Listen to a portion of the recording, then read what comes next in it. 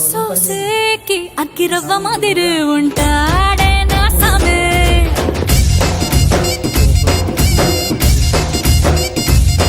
మెత్తాని పత్తి పువ్వుల మరి సంటోడే నా సామే.